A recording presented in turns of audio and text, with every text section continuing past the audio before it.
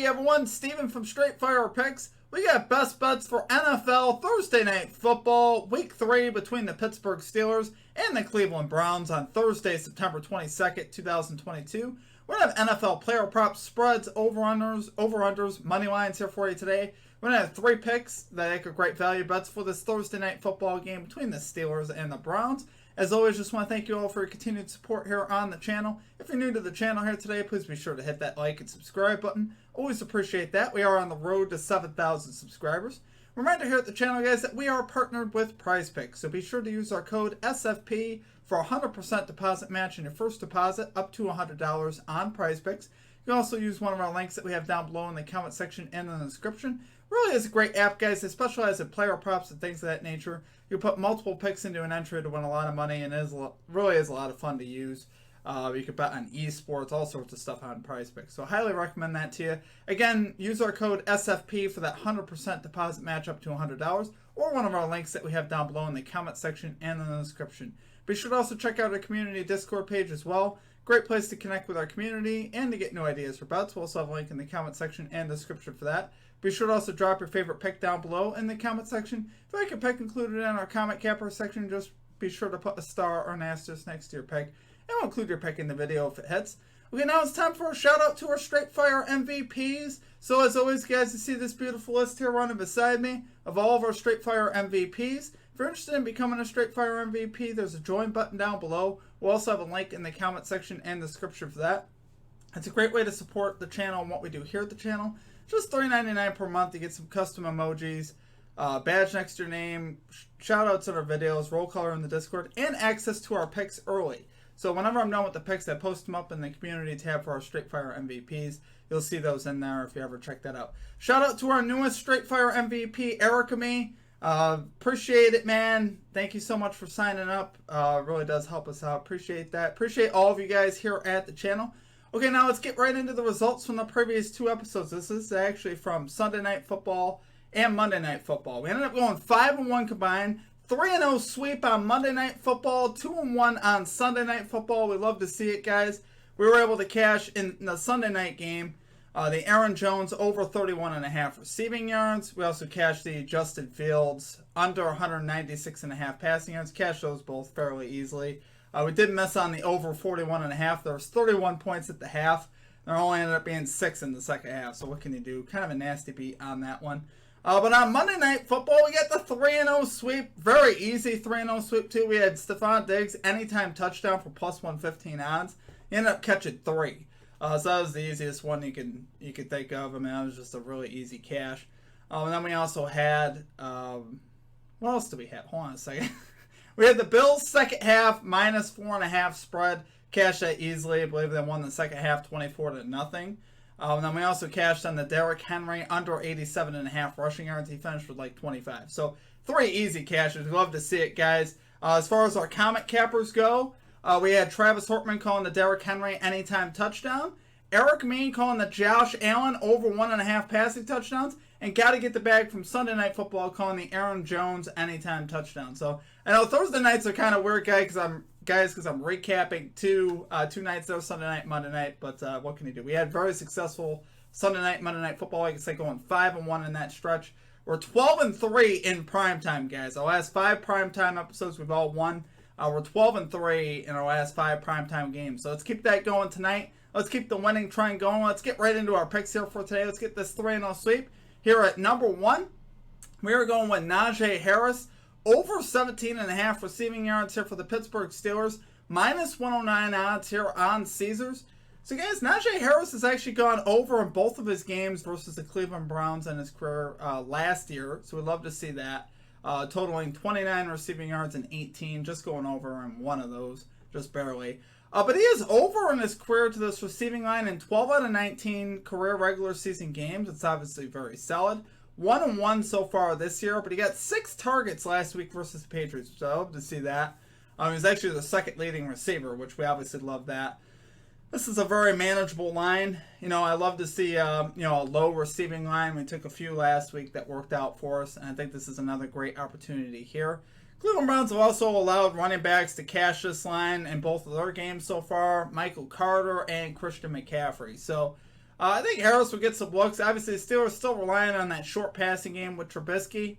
And the Browns can give up passing yards in general. They're 25th in passing yards allowed so far this season. Also 26th in points allowed. So the Browns defense has actually struggled a little bit. And they're a little bit banged up front on the defensive line there with Myles Garrett listed as questionable with a neck injury. And obviously Jadeveon Clowney still listed as out. So definitely could be some problems up front. Could give Trubisky a little bit more time to look down the field. Create some easier opportunities there for Harris in the screen game and in the short passing game.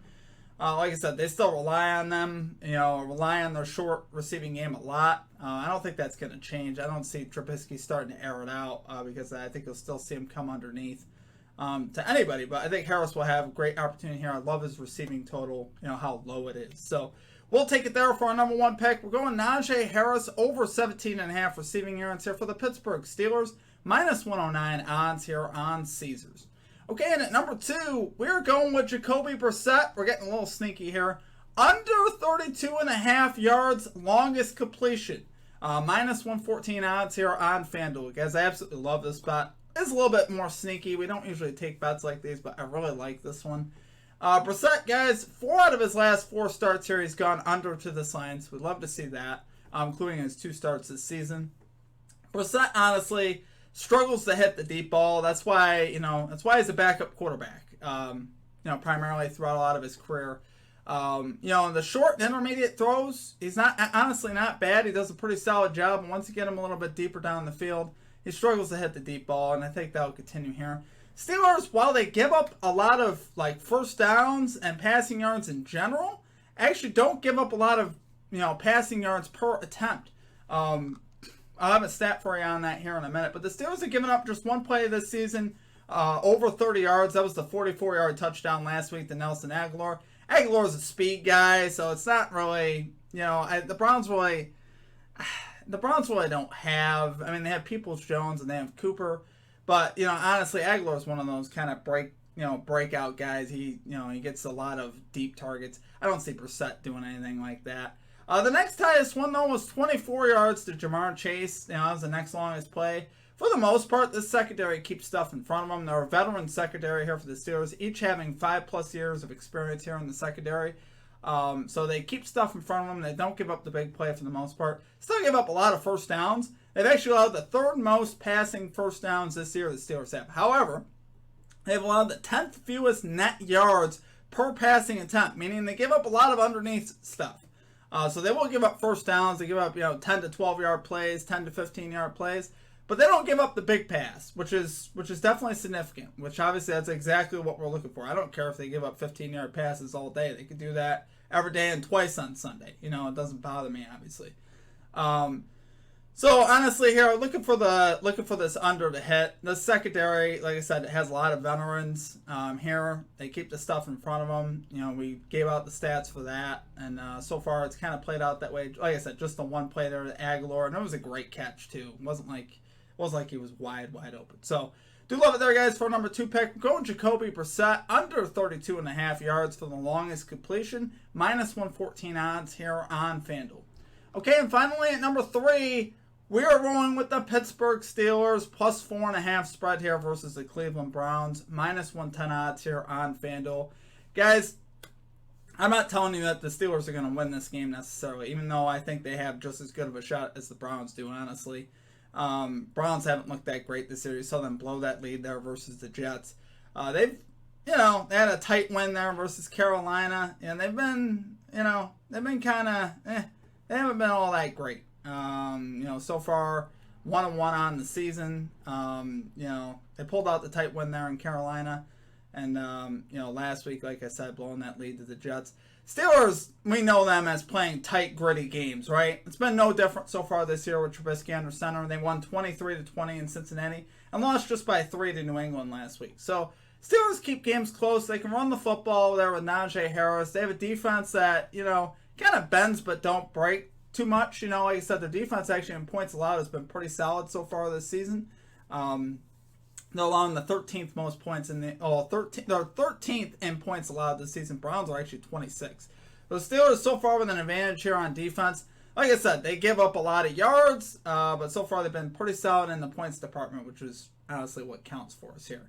This is a divisional matchup. Now, like I said, it's been tight over the years. Steelers have covered this spread versus the Cleveland Browns in 13 of the last 15 games versus Cleveland, and 6 of the last 7 in Cleveland.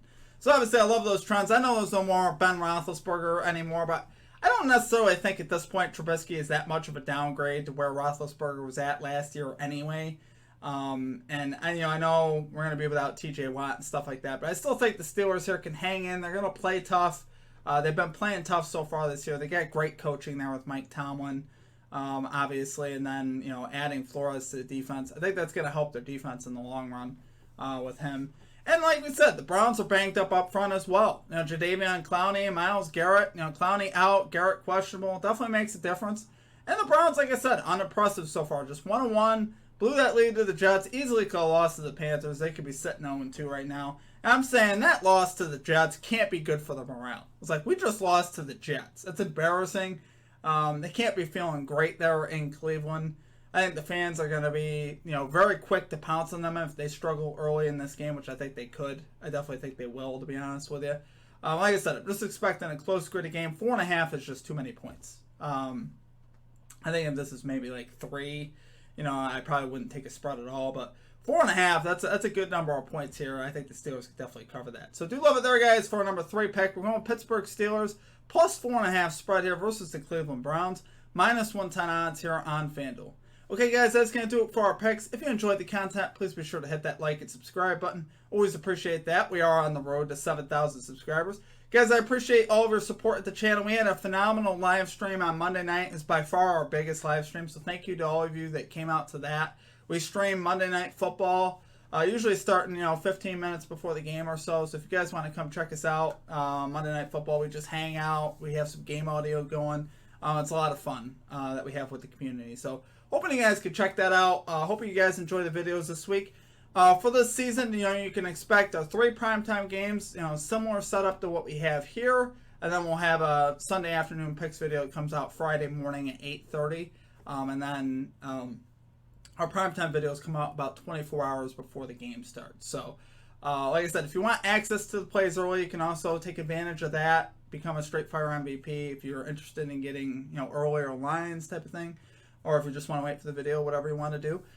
But I just want to say I do appreciate you guys. So far, it's been a solid start in the NFL. We kind of had we had a very sub-average Sunday. We went 3-4 total on Sunday because we went 1-3 in our Sunday afternoon games, 2-1 on Sunday night. But then we finished the week off great, going 3-0 on Monday night, giving us a total week 2 record of 8-5. Week 1 we were 7-6. So we've had winning weeks both weeks. So far 15-11 on the season. Not too bad. Obviously, I'd like to do a little bit better than that. We had some nasty beats in there. Honestly, like I said, that over in the Bears game is probably the one that hurt the most, to be honest. Then Saquon Barkley finishing with 72 rushing yards when we needed him to get 75 was kind of hurt too. But what can you do? That's betting. That's betting life. So honestly, we've survived. We're 15-11. Let's keep that moving forward. Let's get this 3-0 here today. Good luck on all your bets, guys. Let's have a great Thursday night. And we will catch you all next time. You guys have a great day, and peace out.